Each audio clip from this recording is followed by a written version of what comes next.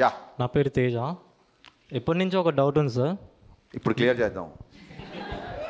మీకు త్రివిక్రమ్ గారికి ఏవో గొడవలు ఉన్నాయని చెప్పి ఆర్టికల్స్లో రాశారు. నాకు త్రివిక్రమ్ గారికి కూడా ఆర్టికల్స్ వచ్చినాయి. ఆర్టికల్స్ వచ్చినాయని చెప్పారు చాలామంది. ఓకే, అది నిజమేనా? మంచి క్వశ్చన్ వేసావు. నేను అసిస్టెంట్ డైరెక్టర్గా అవ్వకముందే త్రివిక్రమ్ గారు 2 సార్లు 3 సార్లు మొత్తం ఆయనకి 5-6 నంది అవార్డ్స్ వచ్చాయి ఓన్లీ ఫర్ డైలాగ్స్. నేను చిన్నప్పటి నుంచి ముళ్ళపూడి వెంకటరమణ గారు, జంధ్యాల గారు, ఈవెన్ మాయాబజార్ డైలాగులు కూడా నాకు.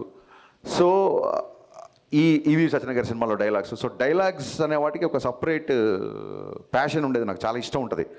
సో అలాగే నేను అసిస్టెంట్ డైరెక్టర్ అవ్వకముందు నుంచి త్రివిక్రమ్ గారి డైలాగ్స్ అంటే చాలా ఇష్టం. అప్పటికే ఆయనకి 3 సార్లు నంది అవార్డు వచ్చింది. నాకంటే చాలా సీనియర్ ఆయన. అంటే నేను ఇండస్ట్రీకి వచ్చాక మళ్ళీ ఆయనకు వచ్చిన అవార్డ్స్. బిఫోర్ నేను చెప్తున్నా, నాకంటే చాలా సీనియరు. ఇవన్నీ కాకుండా ఇంకొక పెద్ద విషయం ఏంటంటే నేను ఎక్కడ చెప్పలేదు, ఎవరు అడగలేదు ఈ క్వశ్చను. మా నాన్నగారు త్రివిక్రమ్ గారికి చాలా పెద్ద ఫ్యాన్. ఎంత పెద్ద ఫ్యాన్ అంటే అతడు సినిమా ఆయన కొన్ని 100 సార్లు చూసుంటారు.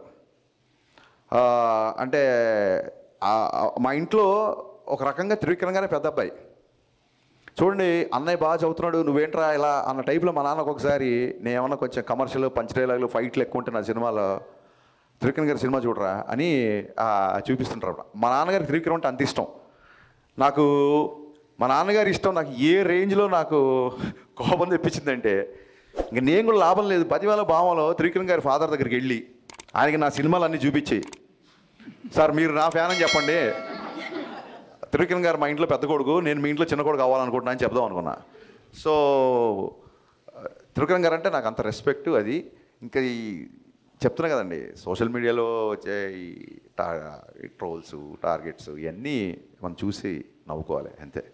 And no doubt Telugu cinema చరిత్రలో యాజ్ అ రైటర్గా త్రివిక్రమ్ గారు వేసిన ముద్ర శాశ్వతం, ఫర్ ఎవర్ ఉంటుంది ఆయన వేసిన ముద్ర. యా.